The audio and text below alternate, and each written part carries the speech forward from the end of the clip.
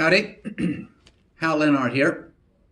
My wife and I just celebrated our 46th wedding anniversary, so we're almost to the big 5-0. So I've been thinking a little bit about marriage, and then I came to a prayer meeting this morning, and it's called the Global Bridegroom Fast, and the scriptures that they turned to were those involving Jesus being our heavenly bridegroom, and Song of Solomon type verses where we're the bride and there's intimacy and affection. So they went around the room and they said, "Now, Hal, what do you think?" And I had a crazy thought. I wonder if Adam and Eve ever argued about whose fault it was that mankind fell into sin. And, they lived almost 1,000 years. How many times did Adam get mad at Eve for eating the fruit?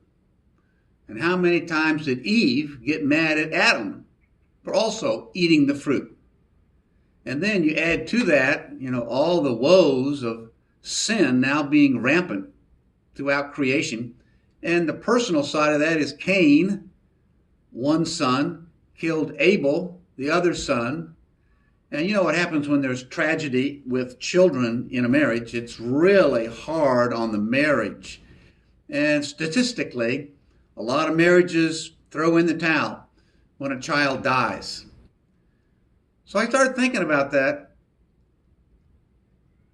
What can we do so that we are united instead of divided? I'd done a little video a couple weeks ago on diversity is not our greatest strength, which is a false mantra of the political left.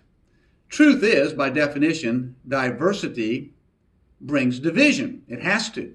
It brings a disunity. And the corollary that is true is that unity is our greatest strength.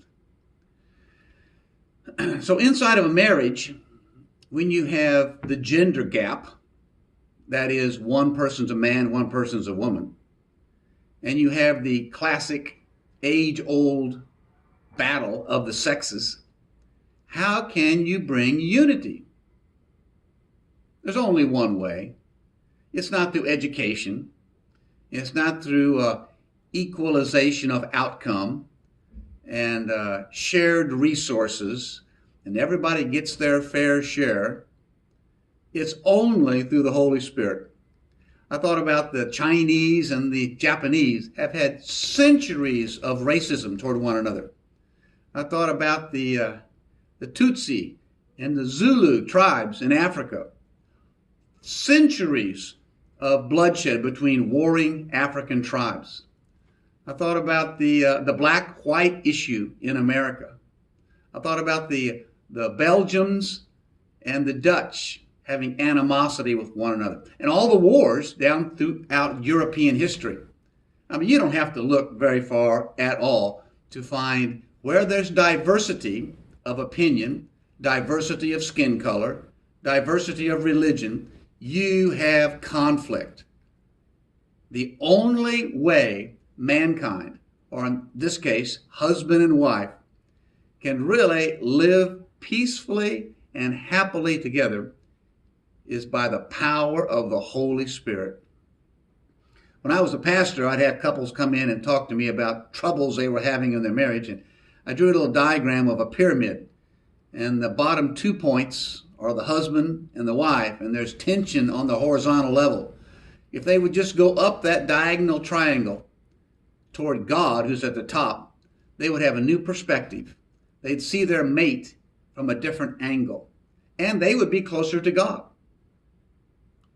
Just want to say the obvious here. The only hope for any marriage, the only hope for any culture, the only hope for this world is that people are full of the Holy Spirit and then walk with and obey Jesus as best they can. And then there's truce, and there's a measure of peace in the valley. So for your marriage's sake, for your kids, for your nation, for your culture, get close to God. God bless you.